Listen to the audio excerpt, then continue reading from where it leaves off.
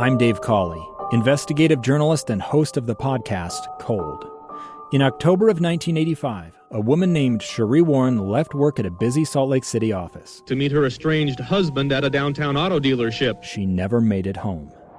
Cherie's car surfaced weeks later in Las Vegas. In the parking lot of a hotel casino. No one knows how it got there. Strange. It was strange. Both Cherie's estranged husband and her boyfriend raised suspicion for investigators. I kind of thought that he might have done something. But no arrests were ever made. In Cold Season 3, we dig into double lives, make new connections in the case, and examine the difficulty raised by reasonable doubt. We want answers just as much as anyone else. They have creeps like that now too, so nothing's changed. That's the new Cold Season 3, The Search for Cherie, now available anywhere you get your podcasts. Hey, it's Casey Scott. You're getting ready for another episode of Project Recovery. This issue deals with pornography, and it is a little descriptive and some adult language used. If you have young kids, I suggest you listen to it first before allowing them to.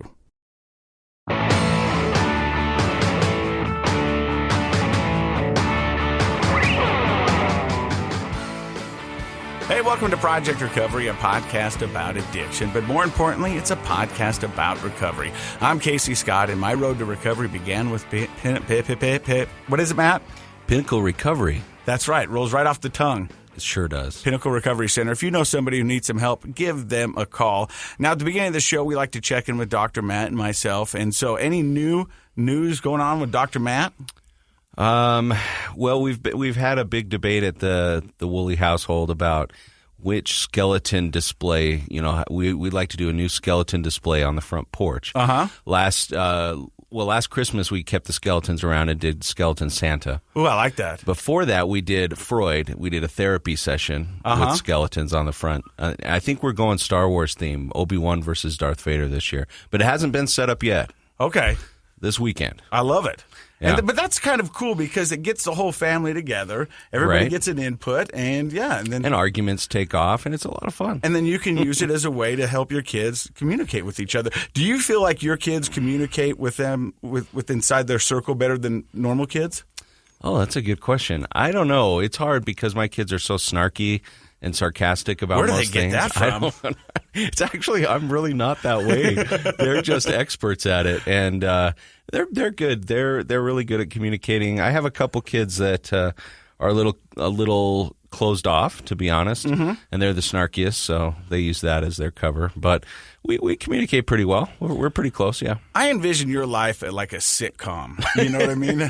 A multi-camera sitcom, just following around the Woolies. Yeah. I mean, I know we did it with Growing Pains. I was going to say with Alan Thicke. Alan Thicke, yeah. You know, I wish I was Alan Thicke. He was a good-looking guy. Did you know his son is Robin Thicke? Who's that? The guy who sings Blurred Lines, who got in trouble for twerking Miley Cyrus. Really? During the MTV VMAs like 5 years ago. I did not know that. Yeah. And he's a judge on The Masked Singer. Oh. If you look at him, he looks just like his dad. Wow. Okay. Good to know. All right. So you want to know I've got two stories. I want to know what's up with you. You can pick one. First of all, I want to compliment your shirt. That is one good-looking shirt. My girlfriend picked it out. I can tell. Yeah, here's what we do now. Yeah? I don't even go into the closet. Yeah? When I come out, it's laid out on the bed, and she goes, "This is what you're wearing." That's not true. I swear, 100%. I run an honest program. I'm not even allowed to pick my clothes anymore. That's amazing. And I'm okay with it. Can you pick your undies? No. No, she even picks those, huh? No. Yeah. Boxer briefs? Well, I like the boxers. She likes the briefs. I remember we talked about this on Fresh Living one time. Yeah, I'm a boxer brief kind of guy now. Me too. Yeah. And but I like old underwear. You know who doesn't like old underwear? Your girlfriend. Yeah, she's not a big fan of old underwear. Yeah. But here's the two stories you can pick from. Okay. One, I think my girlfriend is trying to torment me.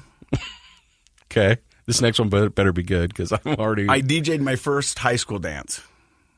You've never DJ'd a high school dance Never. before? In 20 years of DJing. I want to go with that one. Okay, so I got a call. Bonneville High School, which is up in Ogden, wanted me to DJ their fall I dated festival. a girl my senior year from Bonneville High. I dated a girl from Bonneville High. Yeah, I married a girl from Bonneville High. Yeah, how'd that work out? I divorced a girl from, well, I was divorced from a girl from Bonneville High. It's all the same. Okay, so they go, hey, will you come DJ? And I was like, yeah. High school dance, okay. Yeah, because I'll do anything right now. Sure. I've got a year to pay make the up. bills. Yeah.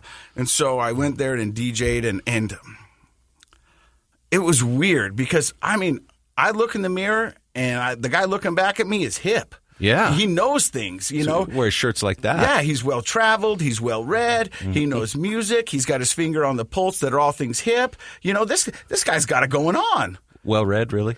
Well, well-watched. Okay. I mean, I watch a lot of TV. Yeah, but I know what you're saying. Yeah, You see that guy in the mirror. And I think that. And so then I go there, and I'm ready to do it, and I'm already playing out. So there's some DJs who will build their playlist before the night is even started. They know they're going to do this, they're going to play this, and they kind of orchestrate it before they even get behind the turntables. Doesn't seem like your style. That's not mine. Yeah. I kind of read the room and kind of figure out what's going on. And I DJ in what they call threes. And so I'll play like 3 hip-hops, 3 reggaes, 3 rocks, 3 80s, 3 oldies. And then what I do is I gauge the room and I see the heads bob and I go, okay, this one seems to be really getting everybody going. Let's go down this rabbit hole. Okay. So let's kind of play down that. I like that. So it's, real time. Yeah, real time. Feedback. But what I noticed there was about 600 kids there, and they were all good kids. But there was 3 parties going on at one dance. There was a center mob and like a hive of maybe the aggressive kids, maybe, the mosh pit crowd. The mosh pit crowd. Okay. And they wanted a certain type of song, and it usually had something to do with young, lil, or bad spelling. If that was in the title, that's what they wanted. That's what they wanted. And I knew none of it. X's and Z's. I knew none of it. Yeah. So I'm DJing. I'm texting my girlfriend's daughter, Addie, hey, give me, because she's a junior at another high school. Okay. And I said, give me some hip songs to play. Right. And so she goes like, okay, play this song. And then I texted her back and said, hey, make sure they're clean songs. I don't want to get in trouble again. And so she goes, okay, don't play that one then. Don't play this one then. And so we got to a place where it was clean songs. Okay. And so I'm playing them. But the thing is you'll play the clean version of it, but the kids are still singing the bad version of it. Yeah, well, you can't control that. No, you can't control that. And so then I wanted to be the cool DJ, because DJs often hate it when people come up and request songs. He was like, hey, you hired me because I'm playing the music that I know is good. Yeah, play that Alphaville song, man. Yeah, Forever Young. No, but I said, hey, I'll take requests. That means less work for me. Yeah. And so they'd come up, and then I'd have this cool bro moment with them where I'd be like, right on. Hey, I'll play this song, but look at me. Am I going to get in trouble for this? Don't get me in trouble. And the guy was like, no, man, this is going to get this place lit. Oh, they totally lied to you. Yeah, this is going to get it popping. And I said, I'm serious. Don't get me in trouble. Yeah. And he goes, well, just do the clean version. So you have to find clean versions of every song out there, because swear words are prevalent in every song Everything now, yeah. So I'm doing it all, and so then this one kid comes up and goes, please, bro. Gives me the bro hug, says, you're the coolest DJ we have ever had. I'm eating it up. Getting the bro love. Yeah, and so he goes, play this song. And I go, okay. I guess had the talk. You going to get me in trouble? Nah, man. This is clean. Okay, I'm going to play it. So I put it in, and I play it, and it's going pretty good for about a minute. And then I see someone hovering behind my back shoulder. Yeah. And it's a teacher. Oh, no. And I'm like, oh. And she goes, hey, can you fade this song out and put another song in? And I said, hey, the dude said it was clean. And she goes, the dude said it was clean? I said, yeah, he said it was clean. Yeah. And she goes, no, it is clean, but do you know what they're singing? And I say, no, I'm behind the speakers. I don't know what it is. And so she's got an app on her phone. She's tracking the lyrics. And so she shows them to me. And I go, oh, hurry and faded that one out. Yeah. It wasn't even like a smooth fade where normally you keep the beat going. You're just like, and then I go right to Journey, Don't Stop Believing. There you go. There's some good clean fun. Right. So what was the theme, though? What was wrong with it? If it wasn't curse words. It was Was not. it racist? No. It was naughty. Okay. Naughty stuff. It was naughty with clean words. Yeah, you can do that. You can make it naughty. Yeah, I mean, there's a lot of songs out there that are naughty that people don't really know they're naughty. Yeah. And I was like, oh, okay. And so that was the only time I got in trouble. But then, you'd see the center mosh pit, and then you would see, like the theater crew over here. And if I'd play like One Direction, they knew it all, and they had synchronized dancing. And then there was the guys over in all camo, and they were like, play some Luke Combs. And I was like, okay, I'll play some Luke Combs. And man. so I was just trying to make everybody happy, because I'm a people pleaser. You are. You definitely and so are. I was like, okay, I'll get that on. And they were like, we've never had a DJ play all our songs. And I was like, well, then have me back, because I need the money. There you go. But it was pretty cool. I can't believe you can do that, to be honest, because even though I love music, and music is a big thing at our house, the kids and I go to concerts quite often. I could never keep up with like what kids are listening to today. And I just couldn't do it. I thought I was pretty good about it, you know, but no, there's so much stuff out there that I don't even know. Yeah. And so I went home instantly and looked at my daughter's playlist on our Apple Music and said, hey, There you go. I just got to check this out. And so, I mean, I think that's one of those things that sometimes what I guess I'm getting to is I officially felt old. Yeah. You know, I mean, I was like, oh. Yeah. Well, I think it's funny you bringing this up because I literally had this conversation this morning with someone that comes and sees me, and she's in her 40s. And she said, you know, the way I look at it is our brains think they're young, but our bodies feel old. Yeah. And it's that weird moment when your brain finally realizes, oh, wait a second, I'm really old compared to these kids. I'm this close to getting a pair of glasses so I can read text on my phone. And I'm not joking. I've got some. Yeah. Yeah, I've got some. And so, hey, well, that's just a little update on us here on Project Recovery. But today we've got kind of a good guest for you. And I'm not going to say kind of. We've got a great guest for you. His name's Jacob. Now, we haven't talked about much about this in the recovery world because it's really hard finding people willing to come forward. Right. And we're talking about pornography today. And I've got Jacob here. And Jacob, you reached out to me and you heard our last episode that we did on pornography and you wanted to add to it. Why did you want to add to it? You know, hopefully I can tell my story and be able to touch somebody that'll actually go into recovery for it. You know, Dr. Matt, just yesterday, it's weird now because I've got a lot of friends who are therapists now that I work at Pinnacle Recovery. Yeah. And I was talking about the podcast that we were having today and the topic of pornography. Now, in my mind, pornography is such a wide scope of issues. But, I mean, there's a lot of sub-issues inside of that. Sure. And I think the problem, I mean... Very similarly to substance abuse. Yeah. You know, and I think that's what we're doing is trying to expand the conversation and educate people out there. So before we get any further, do you want to tell us your story and how pornography became an addiction for you? Yes, absolutely. Thank you. It started when I was 11 years old. How old are you now? I am 46. Okay. And so I've been in addiction for that long. And I didn't know I was in addiction, but I soon found out that I couldn't be without it. And it was the thing that I went to when my stresses and everything else that came up. But I started at 11, was in the time frame where it was just magazines and you could go to a video shop. So I wasn't really old enough to do all that. So I had a period of time where I wasn't available for me. But then as I grew older and the internet came out and the widespread of that. The accessibility. Yeah, it was very much more accessible for me.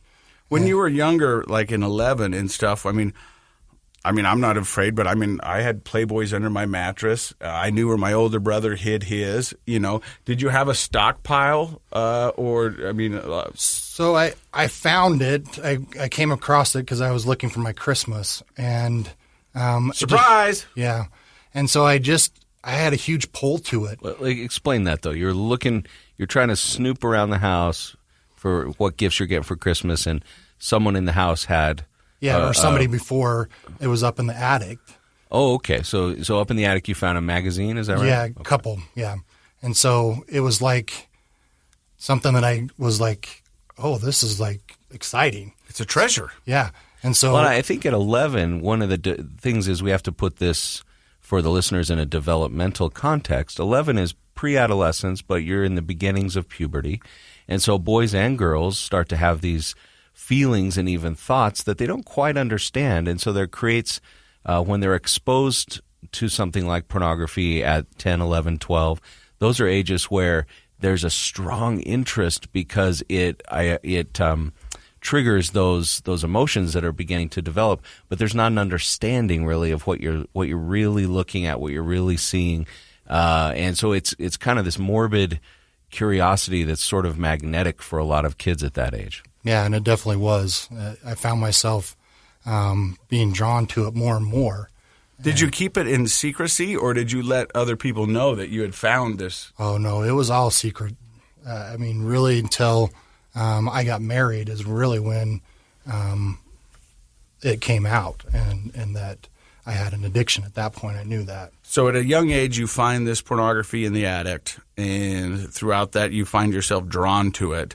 And then when the internet and cell phones came about and accessibility became a lot easier, what happened then? It allowed me to isolate more. It wasn't something that I had to go to a store and buy, but I could get it right there, and I could isolate myself to that screen or to my phone, and be able to hide it, because it was something that was shameful for me, and I felt like I didn't have a way to get away from it. It was such a huge pull for me. Now, let me ask you this. Why do you feel it was shameful? Was it because of religion? Was it because of upbringing? Was it something self-imposed? Why was there such a shame there? So I would say all of those, because obviously I grew up LDS, and knowing that was something that was not to be done outside of marriage, and to be looking at it, I felt that it was something that I knew I shouldn't be doing. But I had such a huge pull to it that it just kept me in it. And, and then self-imposed too, because I knew for myself I could never forgive myself for it.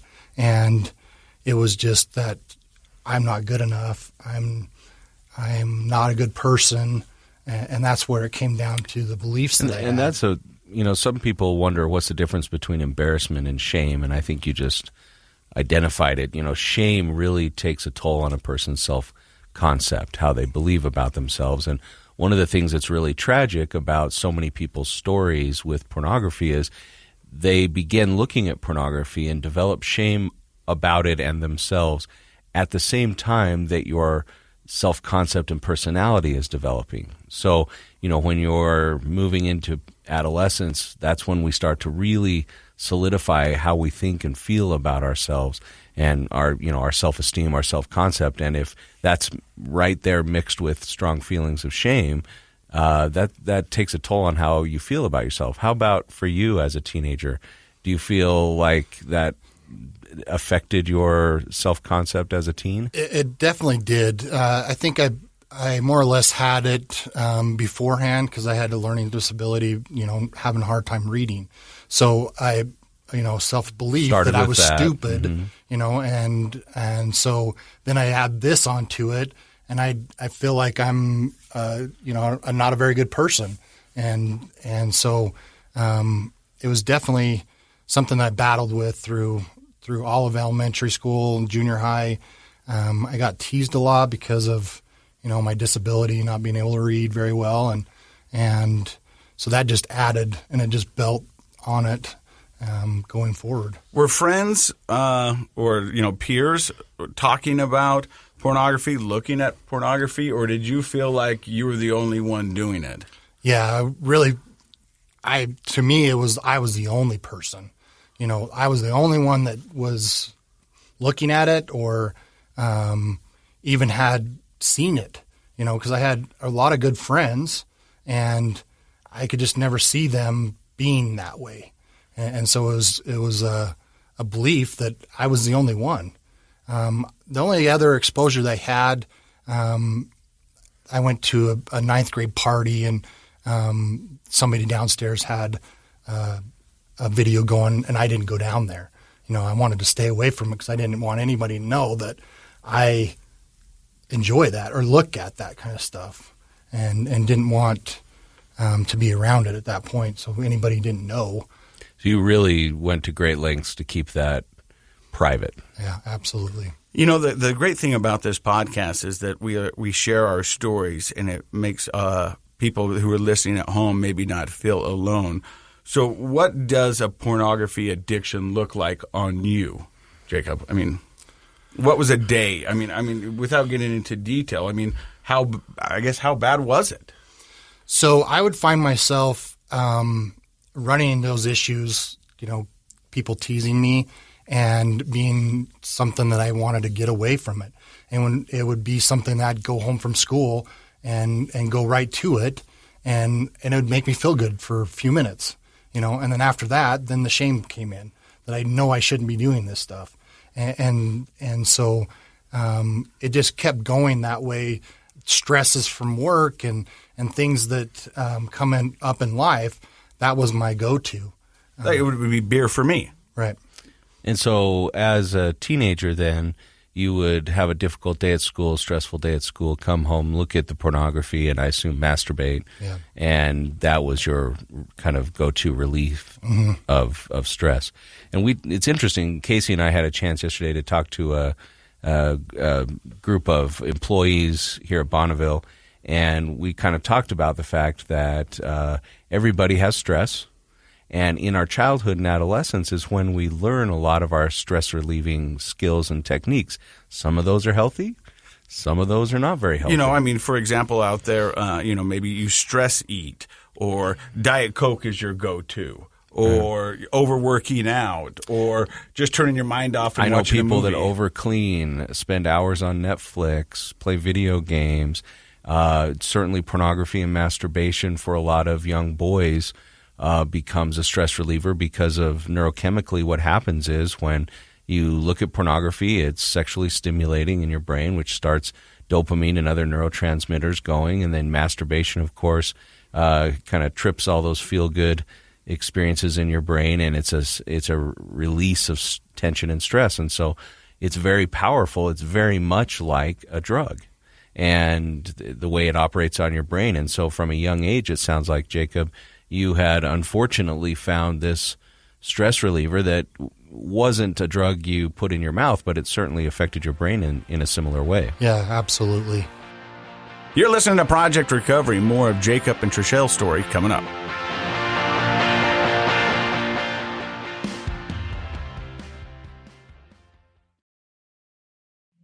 Two years ago, Americans watched in horror as a crisis unfolded at the Kabul airport. She was tear-gassed and beaten. Images of thousands desperate to escape Taliban oppression filled our news feeds. More than 80,000 Afghans made it to America. But the story didn't end there. It was very cold. There was no power, no heat. Who would help our newest neighbors? I'm Andrea Smartin. In Stranger Becomes Neighbor, you'll hear the stories of some remarkable refugees who left their homes and their dreams behind, only to start over from zero. Their only possession was 3 blankets. And you'll meet Americans who stepped up to help them. You want me to come when you deliver your baby. What can one person do in the face of an international disaster decades in the making? That's Stranger Becomes Neighbor. Find us at kslpodcast.com, follow us on Apple Podcasts, or anywhere else you listen. So, at what age did you decide, I think I've got a problem? It was really because we got married early, 18 years old, and were you still in high school? No. Oh, okay. No, we just graduated. Okay. And the fall of our graduation. Had you dated through high school? Yeah. Started junior year and then went to right out of high school, got married. Yeah. Just, I think one thing that might be interesting for some listeners, because we live in the digital era now, you would have been going to junior high and high school during the 80s. Pre-digital era. Yeah. How did you come by finding your pornography if it was such a secret? It would be there was a certain place that I could go to, and I looked old enough that they didn't question me, and I would buy a magazine. Okay. And kind of like kids, they all know the place that'll sell you cigarettes or beer. I had a fake ID. Did you really? Yeah. I don't know why from that's Arizona. Yeah, George. I don't even remember the name, but it worked. But I mean, I think what he's saying is if you'll find a way to get it. Yeah, and I think kids scope out those places in town. Yeah. Especially back in the day, there was less oversight. Things like selling cigarettes, beer, and pornography to kids. Yeah. Yeah. I remember being a kid, my mom could send me to the store with a note saying, please sell Casey cigarettes for me. And I could go down there and get cigarettes and bring them back to my mom. Yeah. Crazy. I know. It's a total different. They used to sell candy cigarettes. World. Yeah. Different world. So it becomes, you said about 19? Yeah. And you dated your wife, and she's here. We're going to hear from her in a bit. But you dated her through high school? Yeah, basically junior year, senior year, yeah. And she had no idea. Did anybody have an idea of how bad or how deep the pornography addiction was? Was? Had never spoken to anyone? Never spoke to anyone. Never.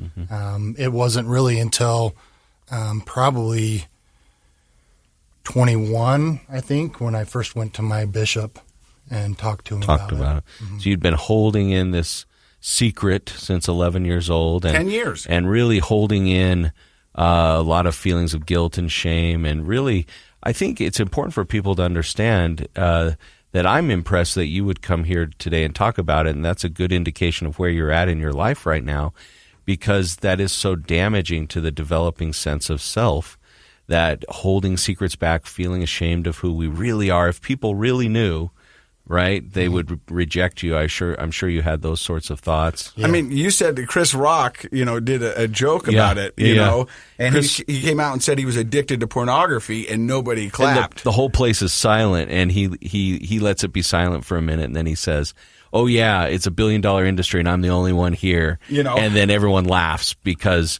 so many people really do have a problem with it, but the shame associated with it is immense. And I think it's, here in the state of Utah and everywhere else, I think it's a bigger problem that this is another conversation that we need to get started. But I mean, this is way behind the conversation of addiction. And that's why I was so happy when Jacob reached out to me and says, yeah, I want to come tell my story. I think there's some things that I can add to it. So at 21, you go talk to your bishop and well, let's back up just a little. I want to hear. We're going to back up just a little bit. I want to hear. Thanks, Case. You bet. I want to hear it might have been pretty tough. You said it when you got married. Is your wife was the first person? Yes. So tell us. I mean, because we're going to hear from her in a moment.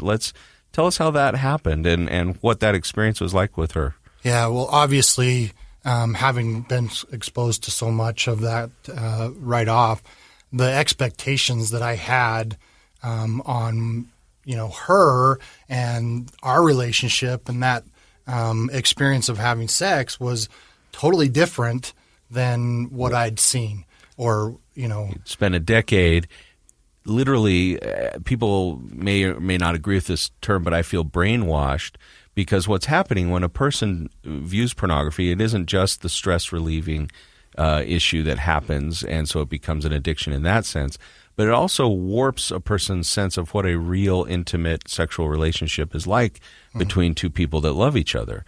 And, we have to remind people, kids who come in and talk to me about this in session, this is acting. It's like, yeah, the Avengers looks cool, but you can't really jump off a building and fly away. You can't do any of those things. And pornography portrays an unrealistic view of what sex and intimacy and a healthy relationship's like. So it sounds like you fell into the same trap that a lot of people do when they have their first sexual partner. When they become intimate with someone they love, it is a negative impact. Is that right? Yeah, definitely. I equated love to sex, and if she wasn't giving me sex, then she didn't love me, and so I felt that a lot. Through the first part of our marriage. And that creates an unhealthy relationship right from the get-go in a marriage. If she isn't giving me sex, it's like, wait a second, now we have this imbalance in the relationship where she's doling out some reward to you if you're good, and then if she doesn't want to give it to you, then you feel bad, and it doesn't allow her to have the freedom to have a healthy sexual expression in the marriage. And so right from the get-go, a lot of marriages don't last. Your guys' marriage lasted. Let's swing the mic over and talk to Trichelle real quick, because, in the beginning, did you think something was wrong? Did you ever have an idea of like, hey, something not adding up? But I mean... Honestly, I didn't know any different. We were so young. I actually was 17 when we got married, because I graduated I went to school a year early. So I was 17. I'd never experienced anything that way. So that was the only thing I had to go off of. So you're in your head, you're going, so this is it. This is, I really did. I guess this is what it is. Yeah. Because that's what I knew. You don't know what you don't know till you know it, right? So. I love that. Yeah. You don't know what you don't know until you know it. I don't know. I don't know it. So let's swing it back over here to Jacob real quick. So you sit down. What made you want to have the conversation with your wife saying, I think I've got it. Well, I've got an addiction. Well, first it started, I came to her with it, that I had looked and viewed at pornography. I'd had a magazine and so I came to her, but I minimized it. It was just something I looked at. Just testing the waters. Yeah. and then I threw it away, and then that was it, right? And that's what you kind of do is you minimize things because you feel the shame of it built in. And so I minimized it even going to my bishop that first time.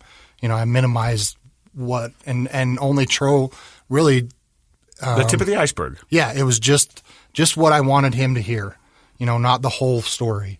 And that's, that's normal across all addiction stories. When the first time you ever really talk about a shameful problem or an addiction, that's typical. Yeah, that's what I meant. Like, just test it, like the tip of the iceberg, test in the water. Just go, I'm just going to float this by you and see your reaction. And if it's like, whoa, then I'm done talking. I'm going to pull back. But if you're more accepting and you open up an intelligent dialogue about it, then I'm going to be more willing to share as we go further. Yeah, and I felt like when I did go, there wasn't like the resources that they have now. And so I felt like I was kind of alone in it. He gave me some things that I needed to do and things that I should be doing all the time, but and he's really there to help you with your spiritual journey. Right. And he's there to help you kind of cleanse yourself in a spiritual way from the pornography and but not equipped to help with an addiction. No, right. I don't think I've had, unfortunately, a bishop that's been able to help me that way. And I don't think that's really their role, right? LDS bishops, for people listening, are people who don't, they're lay clergy. And so they have a spiritual calling to help people with religious and spiritual path issues, but they certainly are not counselors or therapists or people in the medical field that might have that sort of resource. So I've spoken to bishops. I'm good friends with a bishop in my neighborhood, and they often feel overwhelmed when people come in with those issues because they don't know how to help. Mm-hmm. Yeah. So you've talked to your bishop, you've talked to your wife. And what was, if we can swing the mic back over, like, do you remember your initial reaction to him telling you about the magazine and all of that? I had already built an internal belief from being a kid, right? And young, starting thinking that I wasn't good enough. And so this was kind of I was absolutely crushed. But even more so, it was like, see, you're really not good enough. It was that. He has to look at this stuff. Yeah, because I can't meet that expectation. I'm just not good enough. And I don't know if you've ever spoken with other wives who have been in that same position, but that's pretty much the standard response is that I'm not beautiful enough, I'm not good enough, I'm not something enough, and therefore he turns to pornography, and it often reinforces our worst beliefs about ourselves. Yeah, and I hadn't talked to anybody until this last year. However, now this year I'm hooked up with a lot of good spouses that are going through it. So, the support. Yeah.